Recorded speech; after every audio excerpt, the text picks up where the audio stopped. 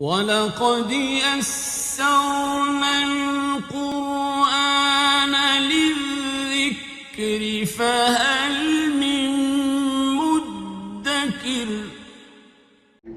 الحمد للہ رب العالمین والصلاة والسلام علی سید الانبیاء والمرسلین، اما بعد فاعوذ باللہ من الشیطان الرجیم، بسم اللہ الرحمن الرحیم۔ للرجال نصیب مما ترک الوالدان والاقربون وللنساء نصیب مما ترک الوالدان والاقربون مما قل منہ او کثر نصیبا مفروضا۔ صدق اللہ العظیم۔ قابل احترام سورہ نساء کی 7 نمبر آیت مبارکہ آپ کے سامنے تلاوت کی ہے۔ یہاں سے ایک سلسلہ شروع ہو رہا ہے جس کو اسلام کا نظام وراثت اور ایک بندے کے مر جانے کے بعد اس کی پراپرٹی کی تقسیم کے حوالے سے گفتگو شروع ہونے لگی ہے۔ اللہ کے کلام میں بڑا ربط ہے، ذرا غور فرمائیں کہ ان آیات مبارکہ کو لانے کی ضرورت کیوں پیش آئی۔ ہم نے پچھلی سورہ مبارکہ میں متصل سورہ آل عمران میں یہ دیکھا کہ غزوہ احد کا اور غزوہ بدر کا بڑے تسلسل کے ساتھ ذکر تھا۔ غزوہ بدر میں کفار کے 70 لوگ کام آئے، تو غزوہ احد میں مسلمانوں کو جو ہے وہ 70 اپنی جانیں اللہ کے راستے میں قربان کرنا پڑی۔ اب ایک نیا مسئلہ مدنی زندگی کے اندر درپیش آیا، کیونکہ غزوہ احد ہوا تھا شوال 3 ہجری میں، اور ابتدائی زندگی تھی مدنی 3 سال تھا، تو اسلام کے مالی نظام میں تقسیم وراثت کے مسائل نئے تھے۔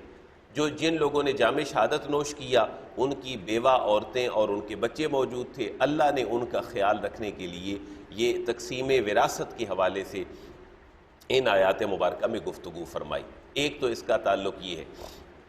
دوسری بات یہ ذہن میں رکھی جائے کہ اسلام سے پہلے جو تقسیم وراثت کا معاملہ تھا اس میں بچوں کو اور عورتوں کو عموماً محروم رکھ چھوڑا جاتا تھا۔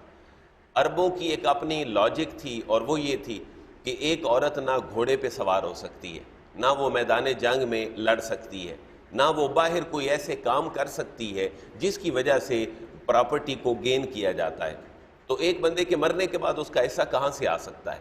اسلام نے ان کے اس موقف کو رد کیا ہے کہ عورت کی ذمہ داریاں الگ ہیں، مرد کی ذمہ داریاں الگ ہیں۔ اب یہ 2 باتیں ہو گئیں۔ تیسری بات آپ یہ ذہن میں رکھیے گا کہ اسلام کے نظام وراثت میں عمومی طور پر صرف 3 اصولوں کو مد نظر رکھا گیا ہے۔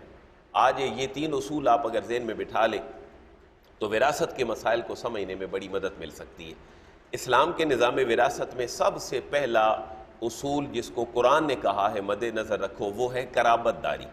جو ہمارے قریبی رشتہ دار ہیں ان کو تمہارے مال میں سے حصہ ملے گا تمہارے مرنے کے بعد۔ جتنے لوگ دور ہوتے جائیں گے تم سے قریبی رشتہ داری میں، ان کے حصے اتنے کم ہوتے جائیں گے۔ یہ پہلا اصول ہے اسلام کے تقسیم وراثت کا۔ جو جتنا تمہارے قریب ہے اتنا ہی اس کا حق بھی زیادہ ہے، اور جو آگے چلتا جائے گا اس کا حق تھوڑا ہوتا جائے گا۔ ایک بڑا ڈسپیوٹڈ مسئلہ ہے اسلام کے نظام وراثت میں کہ یتیم پوتے کو وراثت ملے گی یا نہیں ملے گی۔ اس کے پیچھے بھی لاجک یہ ہے کہ اب ایک بندے کے 2 بیٹے تھے، ایک بیٹا اس کا زندہ ہے لیکن دوسرا بیٹا اس کا فوت ہو گیا ہے، لیکن اس کا دوسری جنریشن میں جس کو اس کا پوتا کہا گیا ہے وہ زندہ ہے، کیا اس کو وراثت میں حصہ ملے گا یا نہیں ملے گا؟ شریعت یہ کہہ رہی ہے کہ یتیم پوتے کو وراثت میں حصہ نہیں ملے گا، یعنی قانونی طور پر تقسیم کے لحاظ سے جو اصول اللہ اور اس کے رسول نے متعین کیے ہیں ان میں سے حصہ نہیں ملے گا۔ اس کی وجہ کیا ہے کہ قرابت داری کا خیال ہے۔ قرابت میں حصہ کس کا بنتا تھا؟ اس کے باپ کا، لیکن ایک سٹیپ آگے چلا گیا، قرابت داری ختم ہو گئی، تو یتیم پوتے کی وراثت کا مسئلہ شریعت میں یہ رہا کہ اس کو نہیں ملے گا۔ کیا بالکل نہیں ملے گا؟ ہاں، گفٹ کے طور پر اگر باپ دینا چاہے تو جس کو مرضی ہے دے دے، لیکن تقسیم کے اعتبار سے نہیں ملے گا۔ دوسرا اصول قرابت داری کے ساتھ اصول ضرورت ہے۔ جتنی جس کی ضرورت ہے شریعت نے اتنا ہی تقسیم کے لحاظ سے اس کو حصہ دیا ہے۔ یہ بڑا لاجیکل اور بڑا ویلڈ پوائنٹ ہے۔ پہلا تھا اصول قرابت، جتنا قریب ہے اتنا ہی اس کو حصہ بھی زیادہ ملے گا۔ دوسرا ہے ضرورت کس کی زیادہ ہے، جس کی ضرورت زیادہ ہے شریعت نے اس کو زیادہ حصہ دیا۔ مثلا مرد کا حصہ ہے 1/2، لیکن عورت کے حصے تبدیل ہوتے جائیں گے، کہیں 1/4 ہو جائے گا، کہیں 1/6 ہو جائے گا، کہیں 1/8 ہو جائے گا۔ بیوی کی شکل میں اور ہے، وہ کسی اور جنریشن میں جائے گا تو اس کا حصہ 1/8 تک جائے گا۔ اس کی وجہ کیا ہے؟ جتنی ضرورتیں اور ذمہ داریاں زیادہ ہیں، شریعت نے تقسیم وراثت میں اتنا ہی مال بھی زیادہ رکھا ہے۔ عورت اپنے اگر باپ کے گھر میں ہے تو اس کی ساری ذمہ داریاں، ضروریات زندگی کس کے ذمے؟ باپ کے ذمے۔ اور اگر وہ شادی ہونے کے بعد چلی گئی شوہر کے گھر تو ساری ذمہ داریاں کس کے ذمے؟ شوہر کے۔ اس کے بعد اس کی اولاد ہو گئی تو اس کی ساری ضروریات، اس کا کپڑا، اس کی بیسک نیڈز کس نے پوری کرنی ہے؟ اگر وہ شادی ہو گئی ہے، شادی ہونے کے بعد وہ ماں بن گئی ہے، اس کے بیٹے اس کی ضروریات پوری کریں گے۔ اور ساری ذمہ داریاں شریعت نے کس کو دی ہیں؟ مرد کو۔ تم نے خیال رکھنا ہے، باپ کی شکل میں، شوہر کی شکل میں اور بیٹے کی شکل میں۔ اس لیے ایک اصول یہ نکلتا ہے کہ ضرورت جس کی زیادہ تھی اس ضرورت کی بنا پر اس کو دے دیا گیا، کیونکہ شریعت نے اس کو ذمہ داری زیادہ دی۔ اب میں نے دو باتیں عرض کر دی ہیں۔ پہلا اصول ہے تقسیم وراثت میں اصول قرابت داری، دوسرا اصول ہے اصول ضرورت، اور تیسرا اسلام نے اوورآل یہ اصول رکھا ہے کہ سرکولیشن آف ویلتھ اسلام کے نظام مالیات میں وہ حیثیت رکھتی ہے جو انسانی باڈی کے اندر خون کی اہمیت ہے، اور ضرورت تھی کہ دولت جو ہے وہ سرکولیٹ کرتی رہے ایک ہاتھ سے دوسرے ہاتھ میں، دوسرے ہاتھ سے تیسرے ہاتھ میں، لہذا اسلام نے یہ ساری چیزوں کو مد نظر رکھ دیا۔ ایک بات اور کہ حضور نے فرمایا جب قیامت کا دن، قیامت قریب ہوگی تو ایک علم جو ہے وہ اٹھا لیا جائے گا اور وہ قیامت کی نشانی ہوگی، اور وہ تھا علم الفرائض۔ علم کی بیسیکلی دو قسمیں ہیں، جن میں سے حضور نے وراثت کے علم کو علم الفرائض اور نصف علم فرمایا۔ حضور نے فرمایا قیامت کی علامات میں ایک علامت یہ ہے کہ یہ علم قیامت کے قریب اٹھا لیا جائے گا۔ اس کے اٹھانے کی دو تین صورتیں ہیں، لوگ اس کی طرف دھیان بھی نہیں کریں گے، میتھمیٹیکلی پوائنٹ آف ویو سے تھوڑا سا مشکل بھی ہوگا، اور دوسری بات یہ ہے کہ جن لوگوں نے یہ پریکٹیکلی کرنا ہے وراثت، وہ اس کی طرف دھیان ہی نہیں دیں گے۔ آج ہمارے معاشرے میں دیکھیں تو بچے کو تو حصہ دیا جاتا ہے، لیکن اوورآل بہت سارے لحافوں میں لپٹی ہوئی بات یہ ہے کہ کیا بچیوں کو بھی اتنا حصہ دیا جاتا ہے جتنا بچوں کا خیال رکھا جاتا ہے؟ عموماً ایسا نہیں ہوتا، تو ہم لوگ دھیان نہیں کرتے، توجہ نہیں کرتے، جس کی وجہ سے بڑے مسائل ہو جاتے ہیں۔ تو یہ چند باتیں تھیں جو میں نے عرض کر دی ہیں۔ اب ذرا اس کے ترجمے کی طرف غور فرمائیے گا۔ جب ایک شخص فوت ہو گیا اور اس کی بیوی اور اس کا ایک بچہ حضور کی بارگاہ میں آئے اور عرض کرنے لگے، حضور ہمارا گارڈین تو یعنی میرا شوہر فوت ہو گیا اور اس کا بھائی جو ہے وہ ہمارا گارڈین بنا ہے اخلاقی طور پر ہماری فیملی میں، لیکن اس کی وراثت میں ہمیں یہ حصہ نہیں دے رہا۔ تو سرکار دو عالم علیہ تحیت و ثنا نے فرمایا وجہ کیا ہے، تم حصہ کیوں نہیں دیتے؟ وہ کہتے ہیں حضور نہ تو یہ گھوڑے پہ سوار ہو سکتی ہیں عورتیں، نہ میدان جنگ میں جا سکتی ہیں، نہ کوئی وہ کام کر سکتی ہیں جن سے پراپرٹی بندہ بناتا ہے، تو ان کو پراپرٹی سے حصہ کہاں سے ملے، عورتوں کو ہم کیسے دیں؟ تو اللہ نے یہ آیت مبارکہ نازل فرمائی للرجال نصیب مما ترک الوالدان والاقربون۔ ترجمہ آپ خود فرمائیں گے، کوئی لفظ اس کے اندر مشکل نہیں ہے۔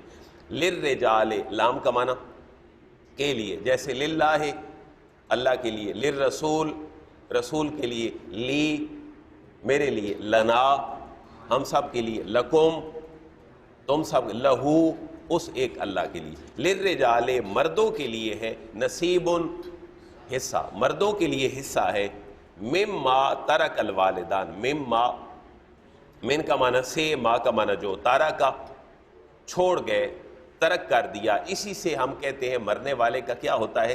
ترکہ، وہ اسی لیے ہوتا ہے کہ وہ چھوڑا گیا ہوتا ہے۔ مما ترکہ جو چھوڑ گئے، الوالدان یہ دونوں مراد ہے، تثنیہ کا صیغہ ہے، جیسے کافرن ایک کافر، دو کافر، کافران، مسلمن ایک مسلم، مسلمان دو مسلمان، اور طالبن ایک طالب علم اور دو طالبان۔ یہ جو طالبان کی آج ٹرم استعمال ہوتی ہے یہ عربی کے لحاظ سے اگر ہو تو پھر تو دو طالب علم مراد ہے، لیکن یہ ایک اوورآل جمع کے سینس میں استعمال ہوتی ہے۔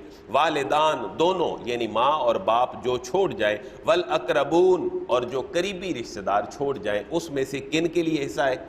مردوں کے لیے۔ ایک جملہ مکمل ہو گیا، وللنساء نصیب مما ترک الوالدان والاقربون، واو کا معنی، اور للنساء عورتوں کے لیے ہے۔ ایک لفظ پہلے گزرا نساء کا اور ایک آج گزر رہا ہے، نساء جمع ہے، اور یہ جمع سے ہی اللہ نے اس پوری سورہ مبارکہ کا نام ہی کیا پڑ گیا؟ سورہ نساء، کیونکہ عورتوں کے حقوق کی بات ہے۔ اور عورتوں کے لیے ہے نصیب حصہ، مما یعنی من اور ما، من کا معنی سے، ما کا معنی جو، تارا کا چھوڑ گئے، الوالدان والدین یعنی ماں بھی اور باپ بھی، دونوں جو چھوڑ گئے، والاقربون اور جو قریبی رشتہ دار چھوڑ گئے، کتنا ہو تو دینا ہے، تھوڑا یا زیادہ. اللہ نے یہ رد فرما دیا. مما کلا من ہو او کسرا. مما، من کا معنی سے، ما کا معنی جو، کلا کلا قلیل ہو، کلا قلیل ہو، من ہو اس میں سے، جو چھوڑا ہے اس میں سے، خواہ وہ قلیل ہو او کسرا، او کا معنی یا اور، جیسے او آر او کسرا یا پھر زیادہ ہو. تم نے یہ نہیں دیکھنا کہ تھوڑا ہے یا زیادہ ہے. مردوں کو بھی حصہ ملے گا اور عورتوں کو بھی حصہ ملے گا. یہ جو گردانیں ہم نے دیکھی تھی ذرا اس اعتبار سے دیکھیں تو دو فعل ماضی کے سیغے اللہ نے استعمال فرمائے. للرجال نصیب مما ترکا، اور نیچے للنساء نصیب مما ترکا. اب ترکا کی پوری گردان ہے، تھوڑا سا ریمائنڈ ہو جائے گا. ترکا اس ایک نے چھوڑا، اور دو نے چھوڑا، ترکا سب نے چھوڑا، ترکو ایک عورت، ترکت دو عورتیں، ترکتا سب عورتیں. تو نے چھوڑا، ترکتا تم دو نے، ترکتما سب نے، ترکتم ایک عورت، ترکتے ترکتما تم سب عورتوں نے چھوڑا، ترکتن میں نے چھوڑا، ترکتو اور ہم نے چھوڑا، ترکنا. ایک بڑی مشہور حدیث مبارکہ ہے جو ہر خطیب اپنے ممبر پہ دہراتا ہے اور تقریباً ہر بندے کو پتہ ہے. حضور کے الفاظ تھے ترکت فیکم امرین. خطبہ حجۃ الوداع پہ بار بار اس کو ریپیٹ فرمایا، ترکت فیکم امرین، میں تم میں دو چیزیں چھوڑ کر جا رہا ہوں. تو وہاں بھی یہی سینس ہے، ترکتو میں چھوڑ کر جا رہا ہوں. کیا؟ ایک قرآن یعنی تھیوری، اور دوسرا اس کا پریکٹیکل، میری سنت اور اہل بیت، ان کے ساتھ تم خیال رکھنا تو تم کبھی بھی گمراہ نہیں ہوگی. نصیبم مفروضہ، اب یہ رد ہے کہ کتنا ملے گا. نصیبم مفروضہ، نصیب حصہ، مفروضہ پریسکرائب جو فرض کر دیا گیا، جو متعین کر دیا گیا، یہ حصہ مردوں کو بھی ملے گا اور یہ حصہ عورتوں کو بھی ملے گا.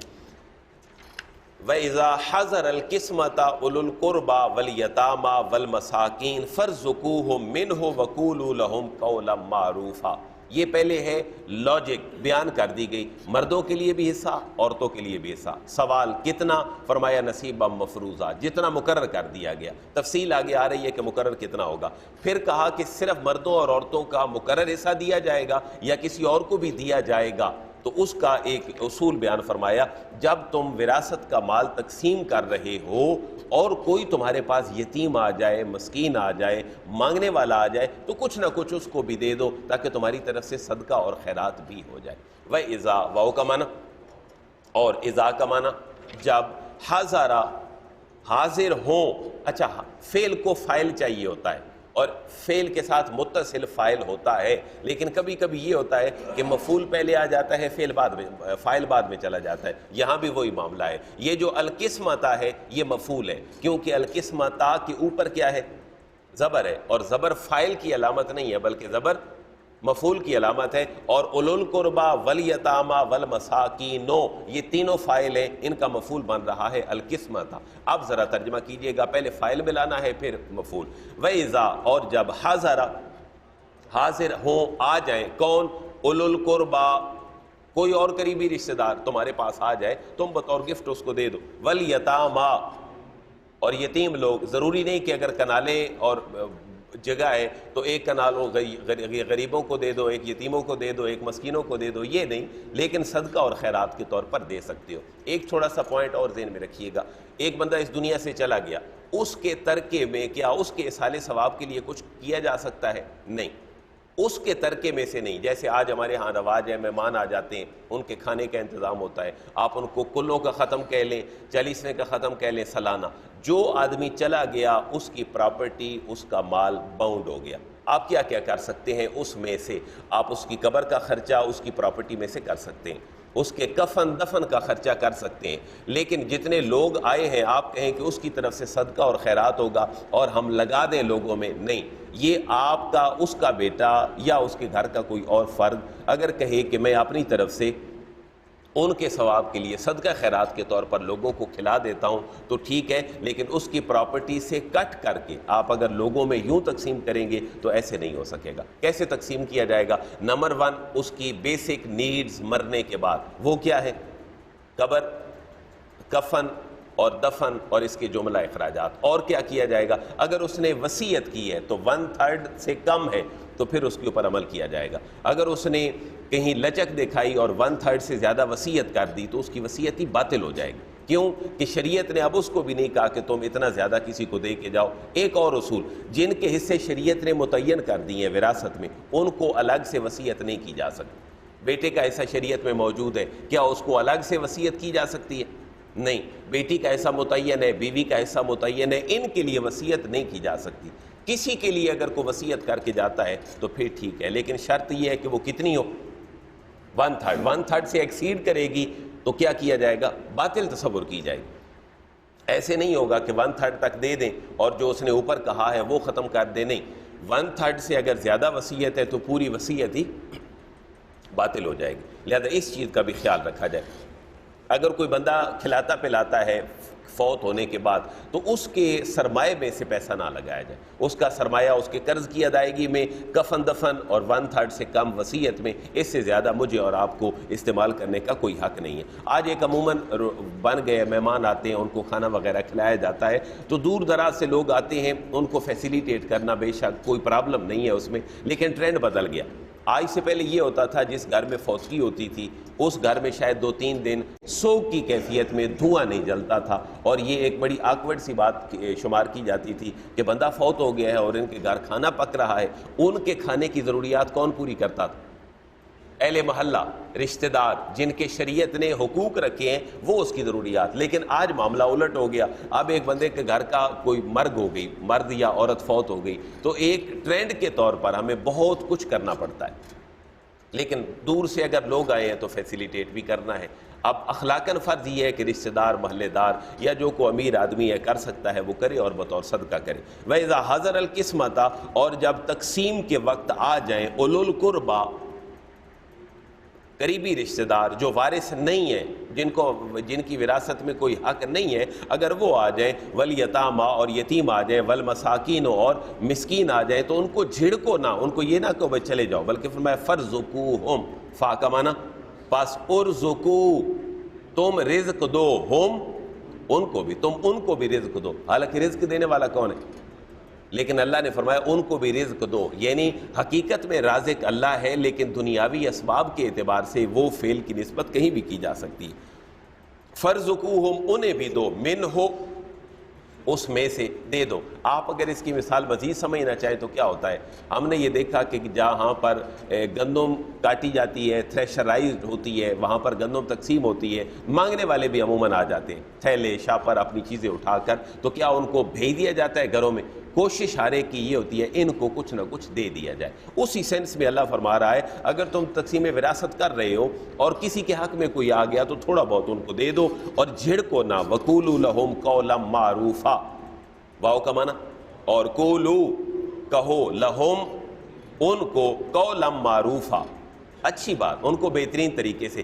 دیکھیں یہاں مزاج کو اللہ کیسے ڈیولپ فرما رہا ہے کہ تمہارا مزاج کیسے ہونا چاہیے، مانگنے والا بندہ بھی آئے تو تمہارا مزاج اس کے ساتھ ایسے ہو کہ قولا معروفا، اس کے ساتھ معروف طریقے سے بات کرو۔ ایک بڑا غلط ٹرینڈ یہ ہے، ہماری مسجدوں میں اگر ایک بندہ غلط کام کر رہا ہو نماز کے دوران تو جتنے شور شرابے سے وہ مانگ رہا ہے یا غلط کر رہا ہے اس سے زیادہ شور شرابے میں اس کو خاموش کروانے والا شور کر دیتا ہے۔ تو ان آداب کا بھی خیال رکھا جائے۔ وَقُولُوا لَهُمْ قَوْلًا مَّعْرُوفًا، مانگنے والے سے، آپ کے قریب آنے والے سے تمہاری گفتگو کا طریقہ یہ ہو قولا معروفا، بہتر طریقے سے بات کرو۔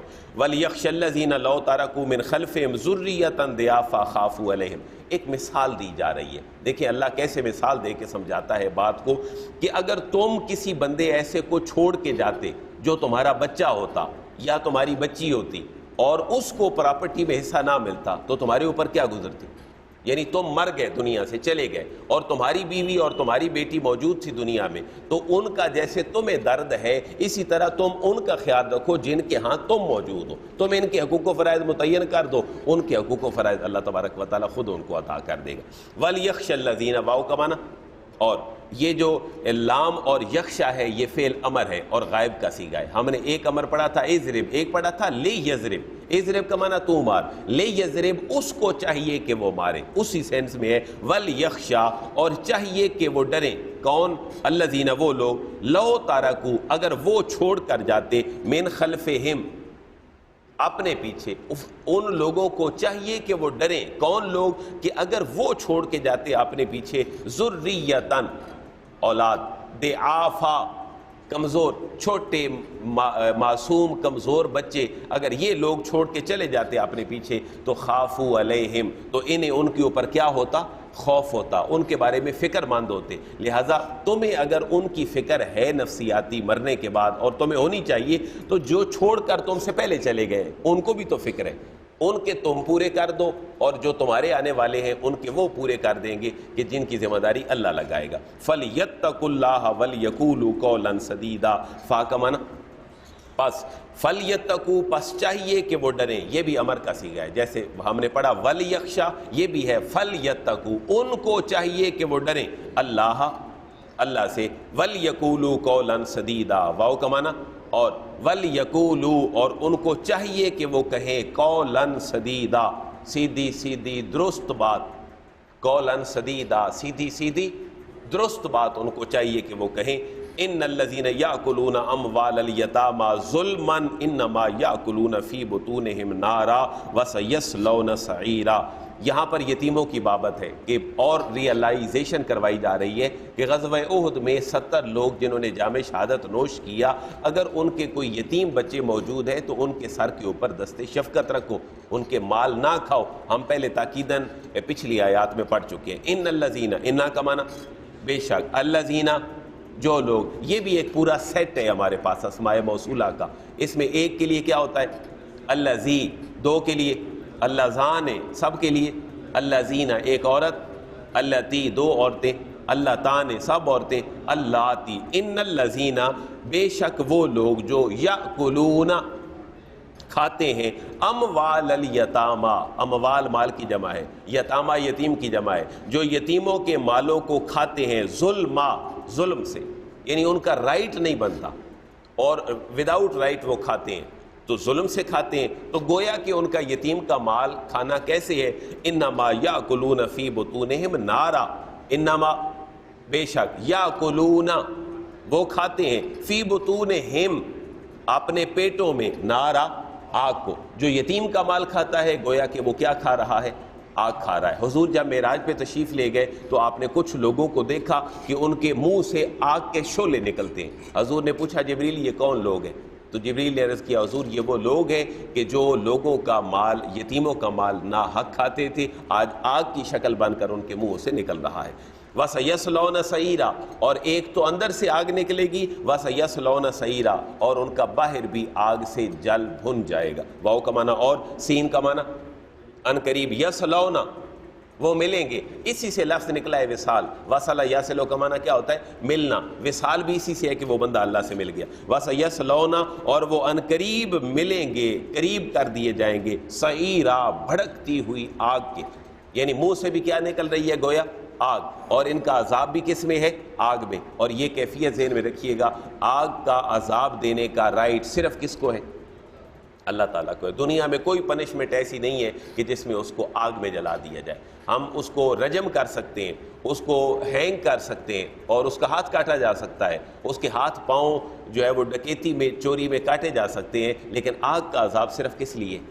اللہ تبارک و تعالیٰ کے لیے، اور اللہ نے ہی دینا ہے، یہ صرف اس کا رائٹ ہے. تھوڑا سا اگر اس کو تبدیلی کریں گے، یہ آخری آیتوں مبارکہ اس سے آگے نہیں چلتے، یہ سارے جمع کے سیغے ہیں، ہماری گرامر تھوڑی سی تازہ ہو جائے. ان الذین یاکلون اموال الیتامی، ان کو ذرا ہم پھیرتے ہیں واحد کی طرف. ذرا ایک دفعہ آیت سن لیں، پھر ان کے جمع کو ہم نے واحد بنانا ہے. ان الذین یاکلون اموال الیتامی ظلما انما یاکلون فی بطونہم نارا وسیصلون سعیرا. ان میں جو جمع کے لفظ ہیں ان کو ذرا واحد بنا لیں. ان الذین بے شک وہ لوگ جو، جمع کے لیے ہے، اگر واحد ہوتا تو الذی، ان الذی، یاکلون جمع کا صیغہ ہے، اس کو ہم واحد بنائیں تو یاکلو، یاکلو، یاکلان، یاکلون، تاکلو، تاکلان، یاکلنا. ان الذی یاکلو اموال الیتامی، اس کو بھی اگر ہم پھیر لیں واحد کی طرف، ضرورت نہیں ہے، لیکن اموال کا کیا بنے گا؟ مال. یتامہ سے کیا بنے گا؟ یتیم. اب پورا جملہ کیا بنے گا؟ ان الذی یاکلو مال الیتیم، ان الذی یاکل مال الیتیم ظلما انما یاکلون فی بطونہم نارا. اس میں صرف دو چیزیں تبدیل ہونی ہیں. انما رہے گا یاکلون، یا کولو بن جائے گا. فی بطونہم، فی بطونہم، فی بطون ہی، فی بطون ہی، یہ جو ہو ہے ہوا ہو بن جائے گی اور ہی بن جائے گی، دو کے لیے ہما اور سب کے لیے ہم. اگر وہ دو کھاتے ہیں تو انما یاکلون فی بطونہم نارا، اگر دو کھاتے ہیں تو پھر کیا کریں گے؟ انما یاکلان فی بطونہما، انما یاکلان فی بطونہما. اور اگر ایک ہو تو انما یاکل فی بطونہ، اور بطون نہیں آئے گا بلکہ بطون جمع ہے، اس کا بھی واحد بن جائے گا بطن. انما یاکل فی بطنہ نارا وسیصلون سعیرا، یہاں یصلون ہے جمع ہے اور واحد بنے گا تو کیا بن جائے گا؟ وصل یصلو، یصلو سیصلو، سیصلو نارا، ان قریب وہ کس سے مل جائے گا؟ آگ سے مل جائے گا. اللہ تبارک و تعالیٰ سے دعا یہ ہے اللہ ہمیں دین کے احکامات کو سمجھنے کی توفیق عطا فرمائے اور ان پہ عمل کی توفیق نصیب فرمائے. وما علیہ الا البلاغ.